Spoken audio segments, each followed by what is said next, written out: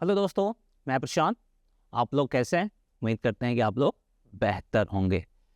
तो आज के सेशन में सबसे पहले आपको स्क्रीन पे फोकस करना है। क्यों स्क्रीन पे फोकस करना है? क्योंकि यहाँ पे आपको दो पैटर्न देखने को मिलेंगे। फर्स्ट वन इज दिस, और इस पैटर्न को हम लोग बोलते हैं फ्लैग पैटर्न। सेकेंड पैटर्न आपको यहाँ पे दिख रहा होगा, और इस पैटर्न को भी हम लोग बोलते हैं फ्लैग पैटर्न। और दोनों हमने फ्लैग पैटर्न क्यों लिया? Just wait. अब इस फ्लैग पैटर्न के बेसिस पे अगर आप ट्रेड करते हो, क्या होगा? ब्रेकआउट भी आया, बाई करोगे तो यहाँ पे आप फंस जाओगे ट्रैप में, क्योंकि मार्केट इसके बाद ड्रास्टिकली नीचे साइड की तरफ आया है और एज अ रिजल्ट आपको बिग लॉस उठाना पड़ेगी। लेकिन अगर आप इस फ्लैग पैटर्न के बेसिस पे काम करते हो, ट्रेड करते हो, तो इसके बाद मार्केट ज़बरदस्त अपसाइड मूव दिखाया है, यहाँ पे आपको मिलेगा प्रॉफिट। और दोनों फ्लैग पैटर्न ऑलमोस्ट आपका सेम ही है, कोई ज़्यादा डिफरेंसेस नहीं है। तब आपके मन में सवाल उठ रहा होगा, वाई एक फ्लैग पैटर्न हमें प्रॉफिट दिया है, दूसरा फ्लैग पैटर्न हमें लॉस दिया है? तो इस वीडियो में हम इसी चीज़ को सीखेंगे। आपको अगर ये फाइंड करना कि कौन सा पैटर्न फेक है और कौन सा पैटर्न जेन्युइन है, इसके लिए मल्टीपल स्टेप है। तो सारे स्टेप को मैं एक एक करके बताने की कोशिश कर रहा हूँ, थोड़ा आपको ध्यान से समझना होगा। तो सबसे पहले इस वाले चार्ट के टाइम फ्रेम पे फोकस कीजिए। ये वाला है आवरली टाइम फ्रेम चार्ट पे।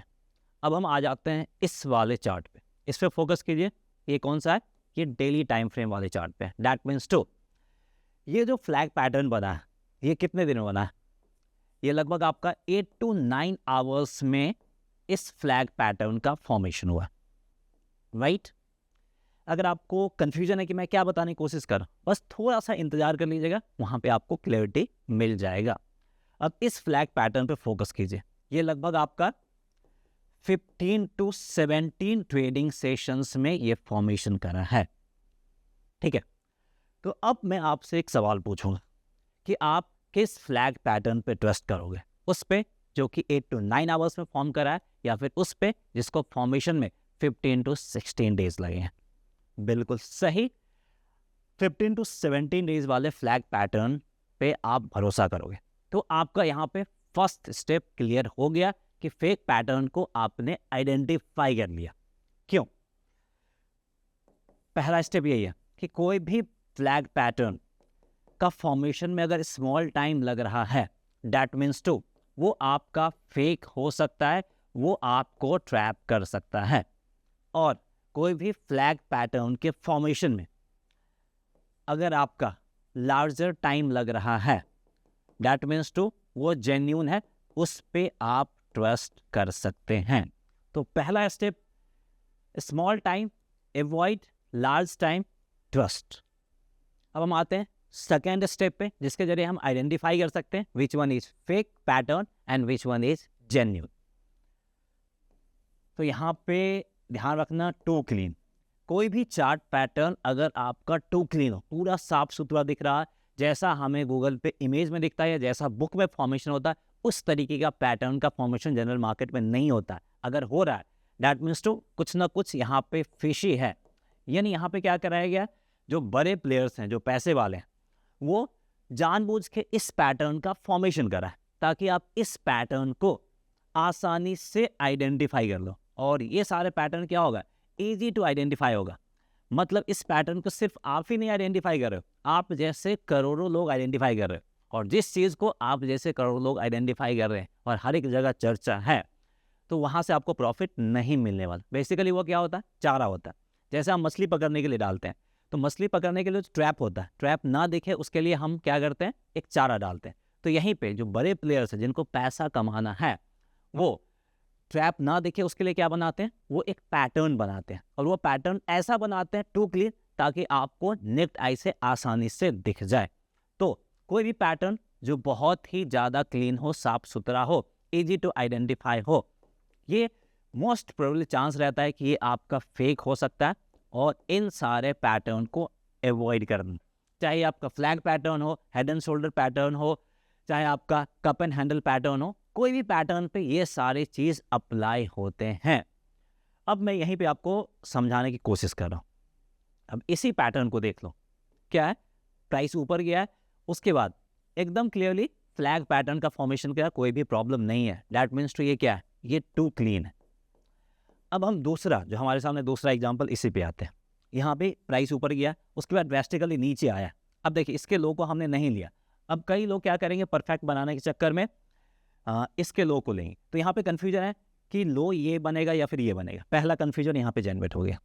दूसरा, अगर आप इस पूरे पैटर्न पे फोकस करोगे तो ऊपर नीचे मल्टीपल टाइप्स ऑफ कैंडल का फॉर्मेशन करा है। मतलब यहाँ पे कई बार हमें कंफ्यूज करा है।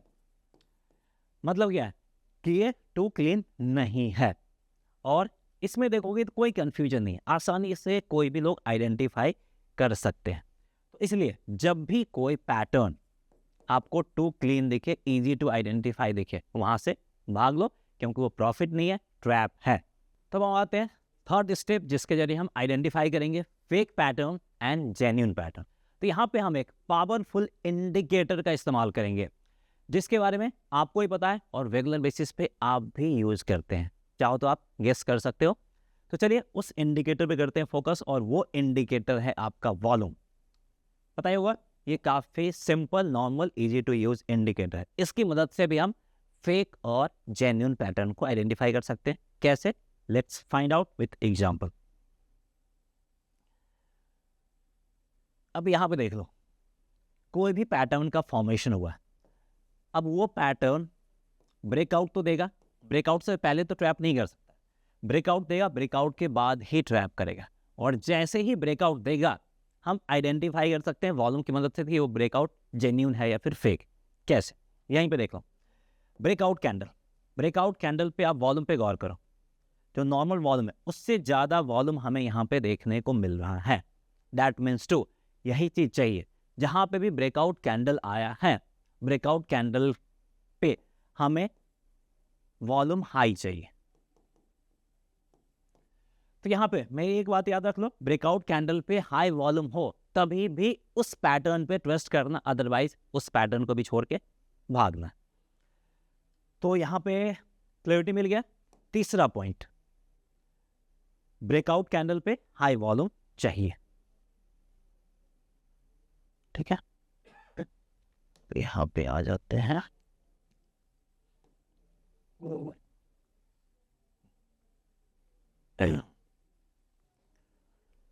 तो यहीं पे अब मैं रिलायंस इंडस्ट्री के चार्ट पे आ गया, और जो मैंने आपको बताया था वॉल्यूम वाला, उस थर्ड पॉइंट को फिर से क्लियर कर देता हूं।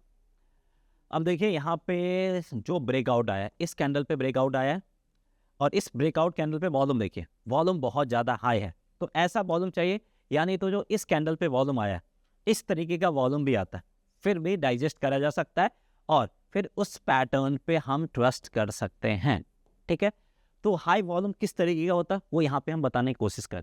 अब आप देख लो, इसी पैटर्न को देख लो, यहाँ पे भी आपका फ्लैग पैटर्न का फॉर्मेशन करा, और इस फ्लैग पैटर्न देख लो, ये कैंडल आया, फ्लैग पैटर्न को तोड़ दिया। मतलब आप सोचें कि फ्लैग पैटर्न ब्रेक हो गया, और यहाँ पे कितना टाइम लिया फ्लैग पैटर्न के फॉर्मेशन में?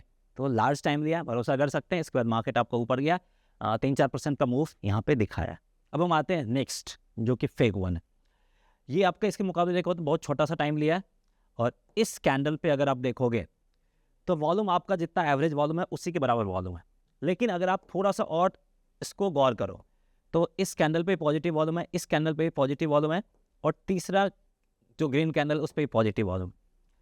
ये दो कैंडल का साइज तो चलिए ठीक है, तीसरा कैंडल आपका डोजी का फॉर्मेशन कर दिया। मतलब पॉजिटिव वॉल्यूम होने के बावजूद भी कैंडल का साइज स्मॉल हो गया। अब यहाँ पे हमें क्या कर दिया, कंफ्यूजन क्रिएट कर दिया। तो कोई भी पैटर्न ब्रेकआउट के टाइम या ब्रेकआउट के जस्ट बाद कंफ्यूजन क्रिएट करता है, भाग लो वहाँ से, अवॉइड कर दो, क्योंकि वो ट्रैप हो सकता है। अपॉर्चुनिटी की कमी नहीं है मार्केट में, कोई भी ज़बरदस्ती का अपॉर्चुनिटी क्रिएट नहीं करना, ये बात याद रख लो। सो उम्मीद करते हैं कि आपको क्लैरिटी के साथ समझ में आ गया होगा। इस वीडियो में इतना ही, मिलते हैं नेक्स्ट वीडियो में। जय हिंद।